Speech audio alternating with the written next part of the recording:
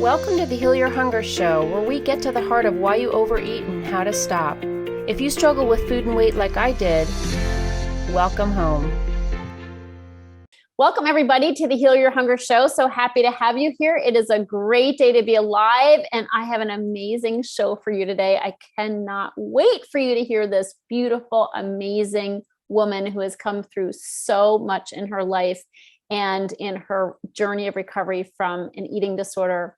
So before we get there, I just want to say a lot happens in the Secret Sauce group. And if you're not there, you gotta be there. Join us on Facebook in the Secret Sauce and Emotional Eating private group. So I'm in there. My clients are in there. Many people who are looking to heal from emotional eating are in there. So you just go to Facebook and type in the Secret Sauce to End Emotional Eating, ask to join. We will gladly let you in if you're somebody who wants to heal from your troubled relationship with food and weight. We welcome you, and we're excited to connect with you there.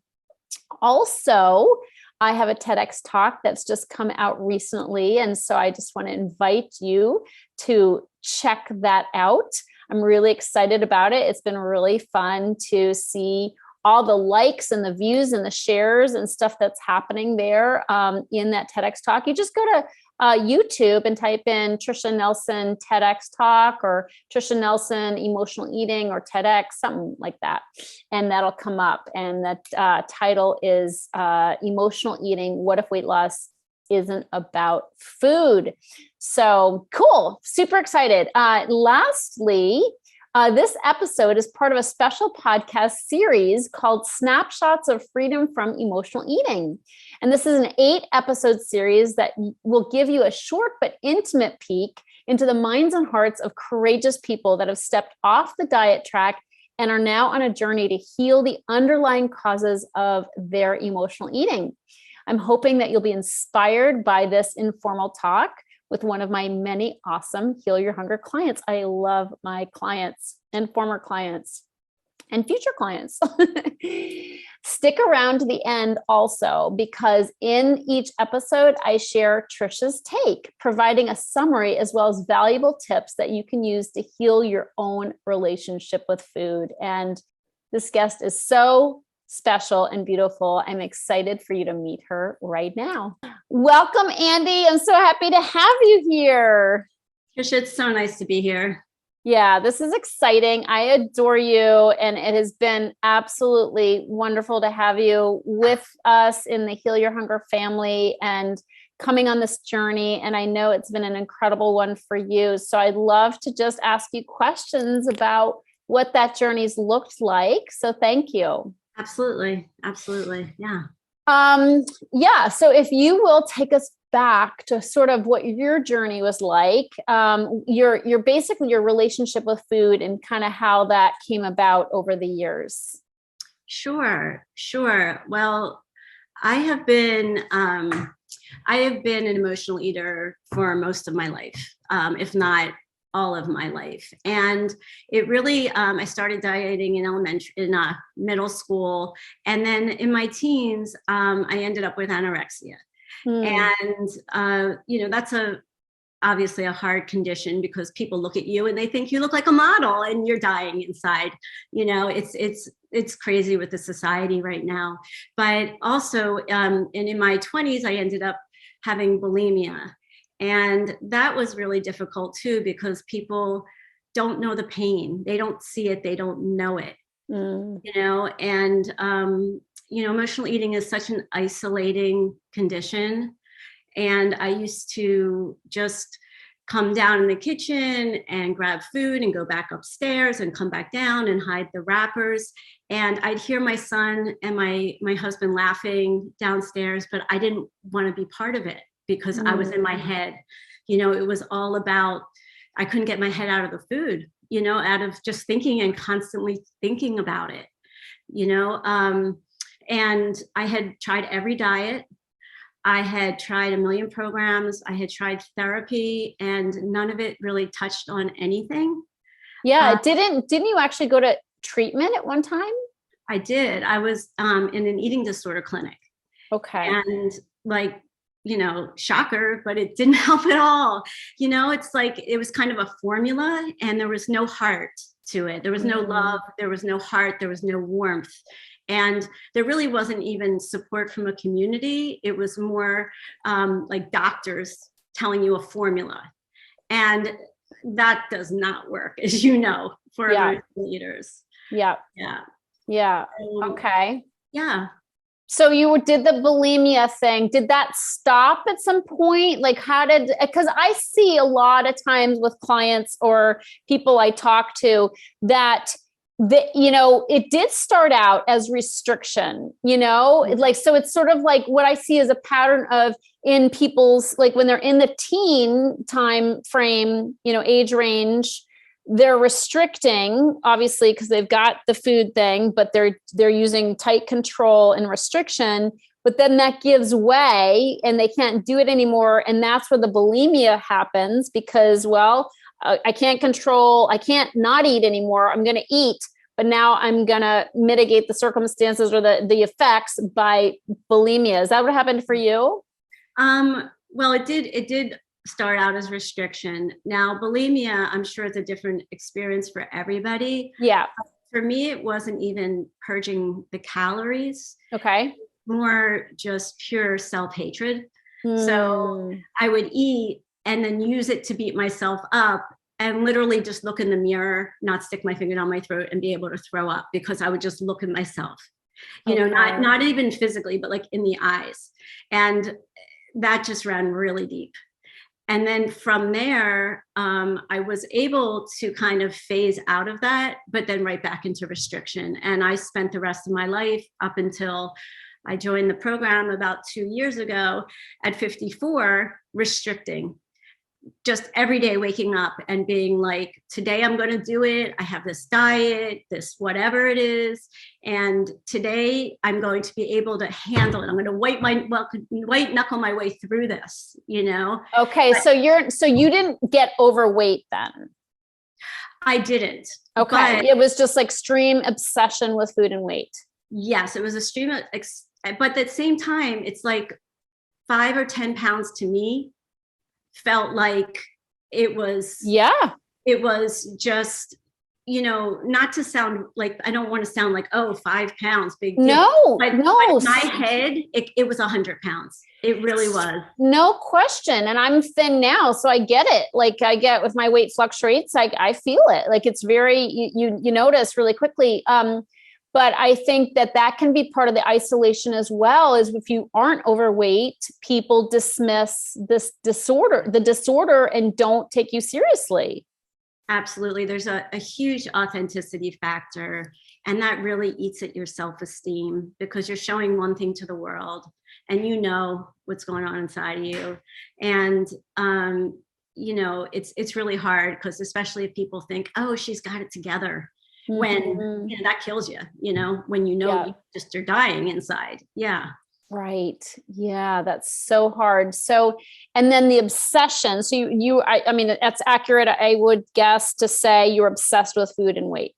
Yes. 100%. 24/7. Yes. Wow. Yeah. And how did that affect your family life? I mean, your mom, your wife, how did that affect, your day-to-day living? Well, it affected everything. And I would say the number one thing is I wasn't present in my life. I wasn't present for the good. I wasn't present for the life I built because somehow along the way I made good choices and built a beautiful life. But it was like what is that piece? Like, why am I still hurting? Why am I still doing this? Why am I not fully happy? And it really took me out of experiences. I can literally look back in my life and I don't have a good memory, but I can remember what weight I was at any given time. Oh God, me too. When I look at pictures, I know exactly what my relationship with food was at that time. Exactly. And I don't remember, even being places, but I know what I was eating. Like I can remember what I ate at a specific restaurant. So yeah. So, and then, in terms of relationships, it's like, my husband, it's like,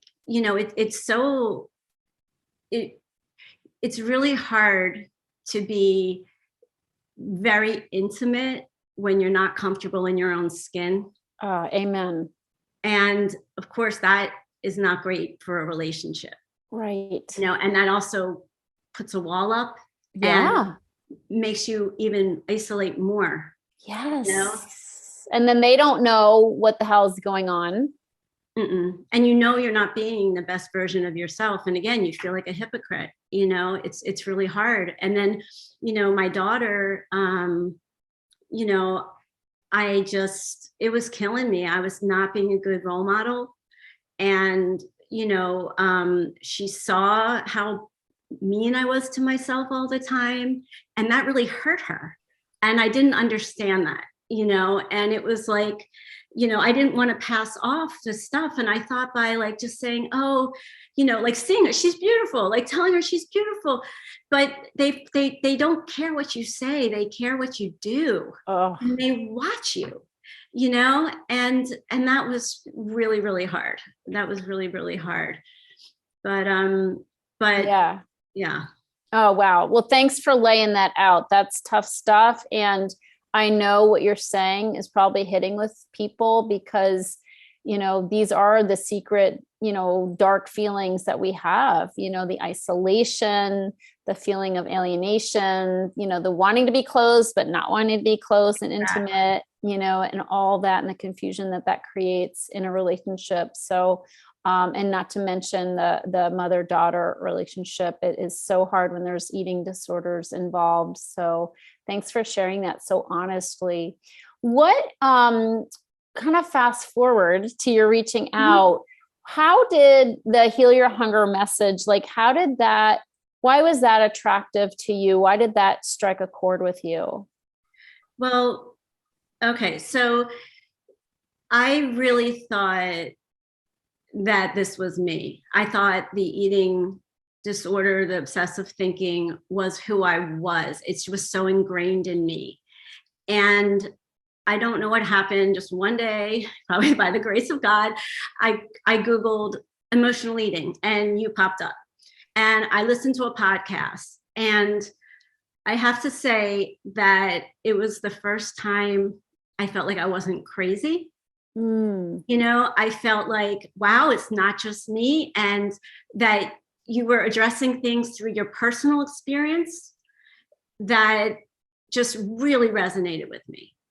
Really, really did. And it just kind of gave me like a splash of cold water. Like, really, like there's hope. There's really a way to move on with my life. I don't have to spend the next few decades like this, so that's when I reached out and had a conversation.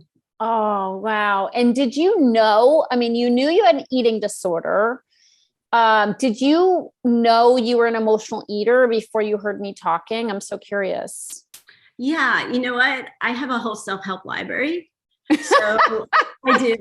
I really do. I have every book on eating disorders and emotional eating that you can imagine. You've done your research. Oh my God. Yeah. You have no idea. You have no idea. And I've tried all of it. It's like, it's not that I didn't understand. I totally get it, and like, one of the freaky things is I went back over my journals for like, from my 50s, it's like 30 years. And I was saying the same things over and over. It was crazy. When I look back, it was like, oh, I have this realization and then it goes away. And then, it was just so apparent. And then I couldn't put any of it into practice. I just couldn't. Yeah. It wasn't a matter of knowing. Yes. I hear that so often. It's like you can know better, but that doesn't make you do better. Exactly. Yeah. This is emotional eating in from my experience is not something you can deal with on your own. You can't, because the feelings run so deep and there's so much shame and fear around these feelings. And so what do? You go on a diet, you stop eating, right? Or you restrict or whatever it is. And you don't have your best friend anymore. And what do you do with those feelings? Like, what do you do? And that's exactly, like I had been in therapy for a long time trying to address this. And, for me, like now that I can look back on it, it's like, guess what? I understand why therapy doesn't work. It's like you go in there, you spend an hour, you pour your guts out, and then you leave. And you have to sit with that for a week. No wonder you're reaching for food. These are feelings you don't want to feel, right? Right. And then you're sitting with them for a week. So what do? You need to numb. Yeah. And again, it keeps the cycle going. It's just not the way out. Got it. So when you started living this new way of life, how was it different for you? Why was it different? Let's see. I got tools combined. Well, I would say it's three things. I got awareness and insight on the why, because that's the piece that made me crazy. I know better. Why am I doing this? I know what to eat. Why am I doing this? And by really understanding, through the program, what it really means to be an emotional eater, what traits there are, and then giving me something I can do about it. So that's where the tools come in. But at the same time, like with therapy, when all this stuff comes up, instead of waiting for a week, you have people there to hold you. So you can release this uncomfortable stuff. You can release the shame. And for me, I felt like shame was such a huge part of this. Oh, no question. Yeah. So it really, it eats up your self-esteem. It eats up your confidence. So through the program, I got these tools, which gave me confidence. And it's been like 2 years now since I went through, the 90-day program, and it continues. My life just keeps getting better. And it doesn't mean the bad things aren't happening, because of course life is going to keep happening. Right.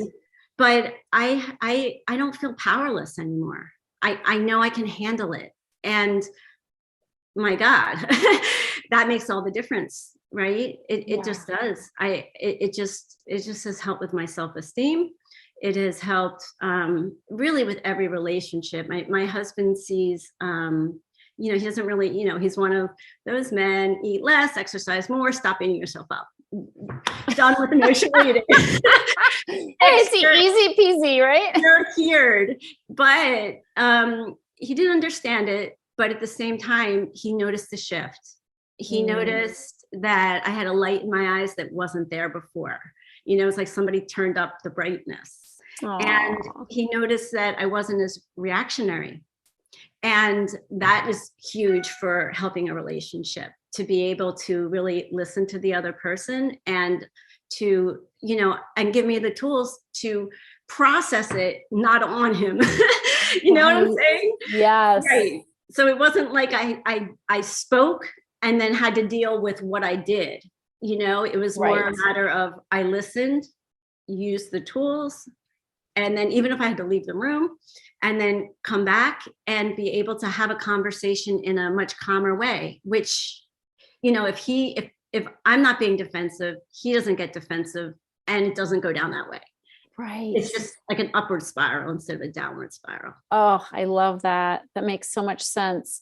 You had said, I started to write notes, and somebody else listening might start to write notes. You said it was 3 parts, and we covered awareness. What were the other 2 parts that made this program different? Okay. It was awareness, being held by a community, and having the tools.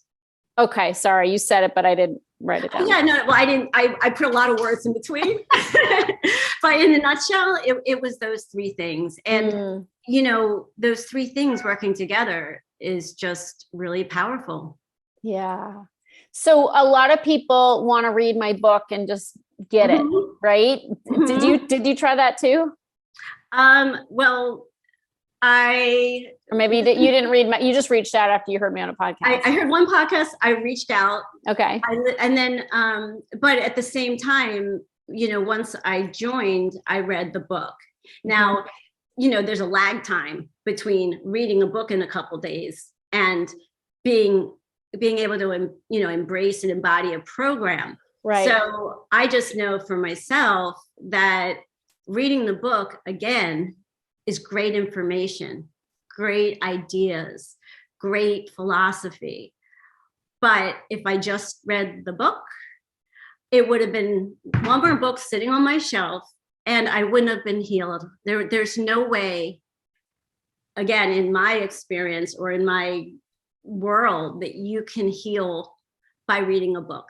Yeah. You know, it just doesn't work that way. Yeah, it's so true. As good as the book is, it doesn't take you, it doesn't take you where you need to go, because we can't do this alone, and we can't fight the demons in our head alone. They're so powerful and they've had control for so long.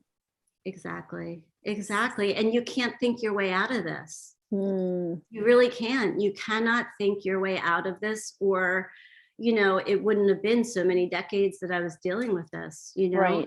Right. And when I had really just gotten to the point of, I don't want to be here another year. I mean, I don't want to live this way for another year, not really for another minute. And because, you know, in my 20s, I never would have thought I'd be doing this in my 30s, in my 40s, in my 50s. Like, I thought I would have let go of it. Like, I wouldn't care anymore. But it's a thinking disorder, and that doesn't go away until you can find a way to reframe it and to live your life from your heart and not from your head. I love that. And I've watched you do that, Andi. I've watched you take that important journey from your head to your heart, and how beautiful that is. Well, Tricia, you know, when I say that you have changed my life, and this program has just been the biggest gift. And it is not an exaggeration to say that you have touched every area of my life. And there's no words for it. There's no greater gift than somebody basically giving you your life back, you know?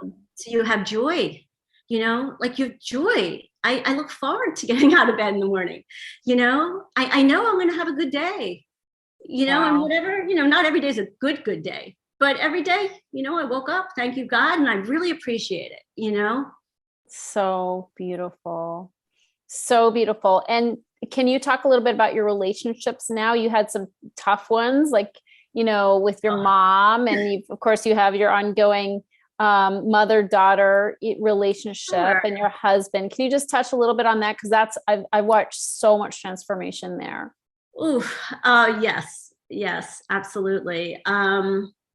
Well, I was speaking about being not as reactive, and that really does touch every relationship. And I think a good part of it also is really, you know, learning not to take things personally, but believing it, not just be like, oh, I'm not going to taste that, like seriously believing it, and seeing that other people,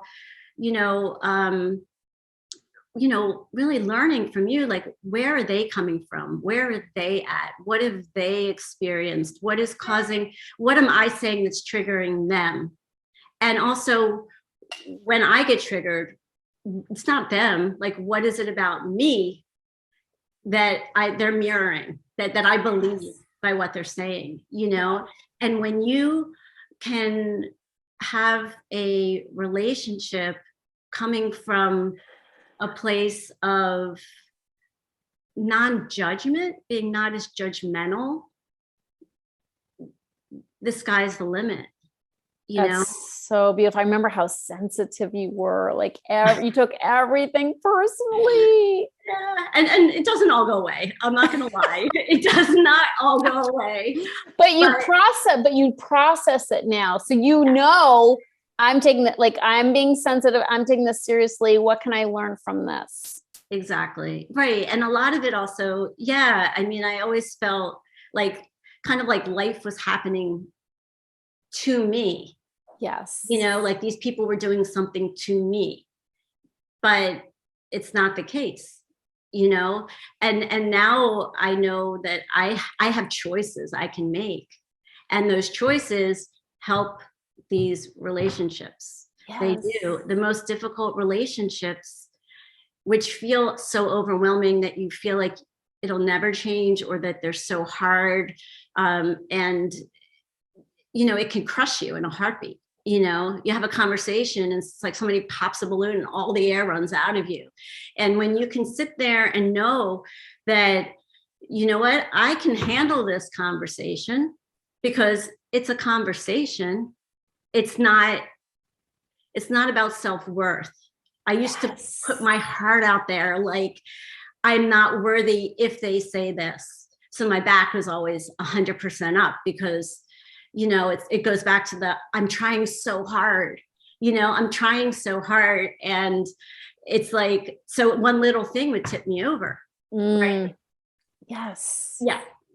I love that you're explaining that, because we always make it about the food. Like, why am I eating and what can I eat and what's the right diet and what do I, why can't I eat chocolate and all this kind of thing. And it's so not about that.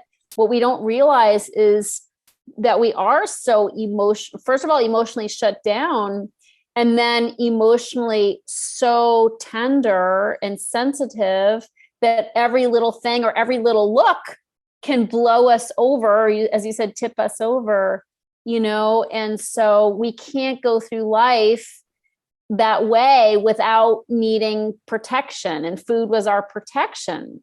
Absolutely. It was protection. And it was also a huge distraction. Right. Because I'm thinking about the food and I'm thinking about the weight. I'm not being present, which sounds like it would be bad all the time, but it wasn't. It was another way to numb. Yes. So even if I wasn't numbing with the actual food, I was numbing with the obsessive thinking. No question. I love that you just pointed that out, and so when we start to grow up in our emotions, when we stop being so sensitive, when we realize it's not all about us, or that look said nothing about our worth, then we can feel more emotionally balanced. And then we don't need to check out with food or with food obsessions, where we can handle life on life's terms, right? As it's coming at us without feeling like we're going to be tipped over. Absolutely. Absolutely. Like you say, like, you take the actions, it's not going to just happen. You take the actions and you let God do the rest. We have no control out of the outcomes. And the more we try to control, the more we're going to eat. Yeah. And then one other thing I just want to touch on is the sensitivity factor. Being told your whole life that you're too sensitive, right, makes you not want to feel, because you feel like it's a bad thing to do. Right. It feels like a liability. Exactly. So when you're told you're sensitive, but that's not a bad thing, overly sensitive, that causes problems. But being sensitive, I think it's a gift. It's a different way to see the world. You're more, you're more empathetic. You have more energy. You're more in touch with people's energy, and that means you can help people so much. And and honestly, that's my whole life. That's all I wanted to do, was really get through this and really pass it on. And you've given me that opportunity. I love that. And it's really true. Like, we change that sensitivity from being we don't cover it up, which is what we were doing for so long, trying to sort of manage it with food. So we don't have to do that anymore. We can be our sensitive, heart-centered, loving, empathetic selves without it pulling us under. Right? Without it being too much, without being overwhelmed by other people's problems. We know our boundaries. We know how to take care of ourselves, how to manage the emotions instead of turning food for that. Right. But we also don't have to apologize for who we are. Exactly. Right. Yeah.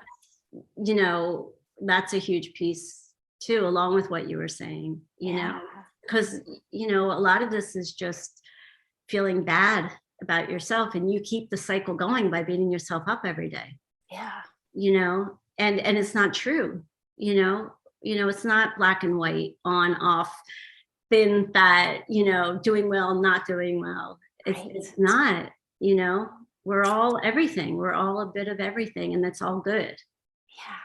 Oh, Andi, what a pleasure. It's so nice to see how far you've come. It's just amazing. And you have such a big heart.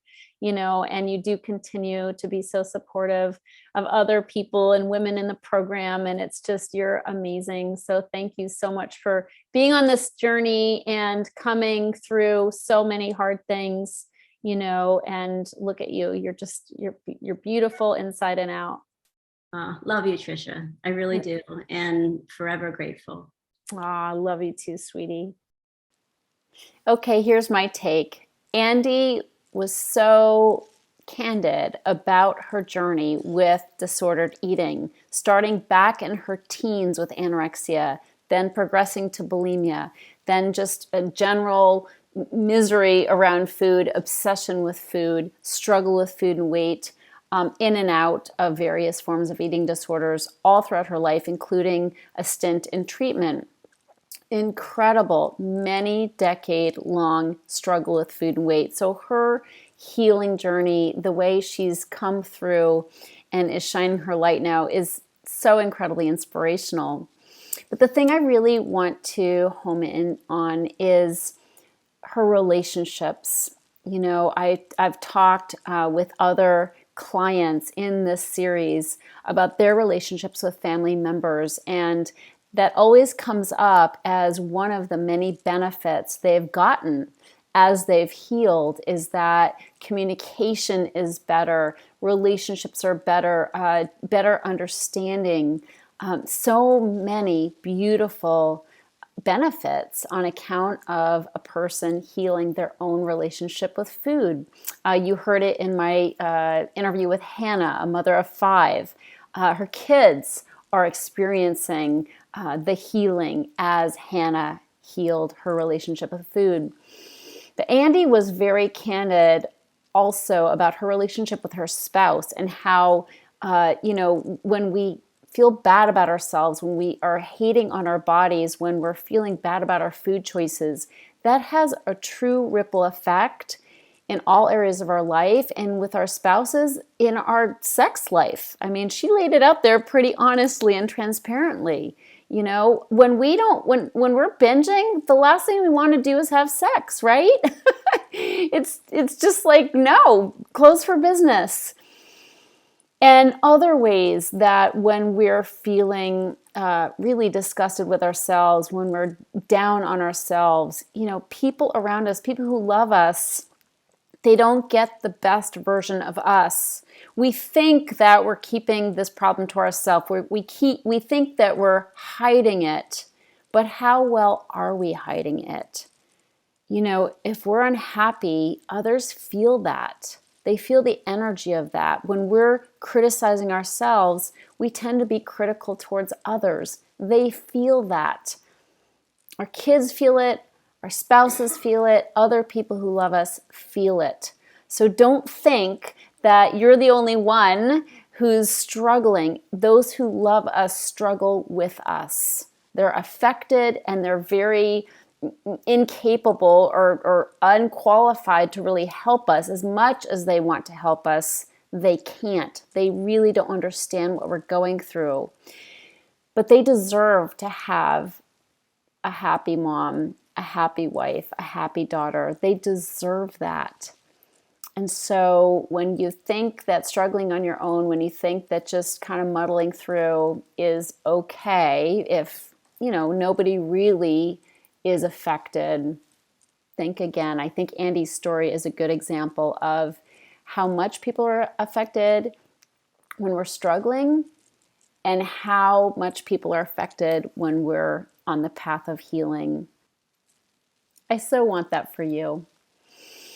If you are looking for help, if you want to start your path of healing from emotional eating, definitely reach out. We'd be so happy to talk with you. And I hope you've been inspired by this story, and I hope you'll take one small action towards healing your relationship with food today. Thanks so much. Sending you so much love. Please share this show with somebody who might need a little hope and inspiration. And I'll see you on the next show. If you enjoyed this podcast and want to get free support, insider health info, exclusive invites to events, and more, visit healyourhunger.com.